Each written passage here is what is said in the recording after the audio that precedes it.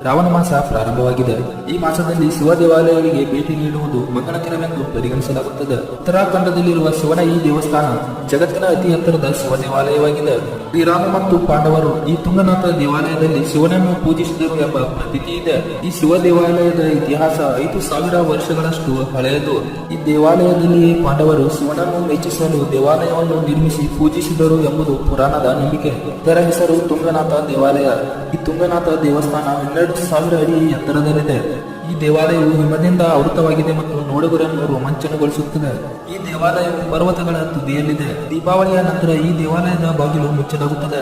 ತುಂಗನಾಥ ದೇವಾಲಯವು ಗ್ರಾನೈಟ್ ಕಲ್ಲುಗಳಿಂದ ಮಾಡಲ್ಪಟ್ಟಿದೆ ಮತ್ತು ತುಂಗನಾಥ ದೇವಾಲಯವು ಬಹುತೇಕ ಕೇದಾರನಾಥ ಮತ್ತು ಬದ್ರಿನಾಥ ದೇವಾಲಯಗಳ ನಡುವೆ ಇದೆ. ಈ ದೇವಾಲಯದಲ್ಲಿ ಶಿವನ ಹೃದಯ ಮತ್ತು ತೋಳುಗಳನ್ನು ಪೂಜಿಸಲಾಗುತ್ತದೆ. ಭಗವಾನ್ ರಾಮನು ರಾವಣನನ್ನು ಕೊಂದಾಗ ಶಾಪದಿಂದ ವಿಮೋಚನೆಗಾಗಿ ಈ ದೇವಾಲಯದಲ್ಲಿ ಭೋಲೆನಾಥನನ್ನು ಪೂಜಿಸಿದನು ಎಂದು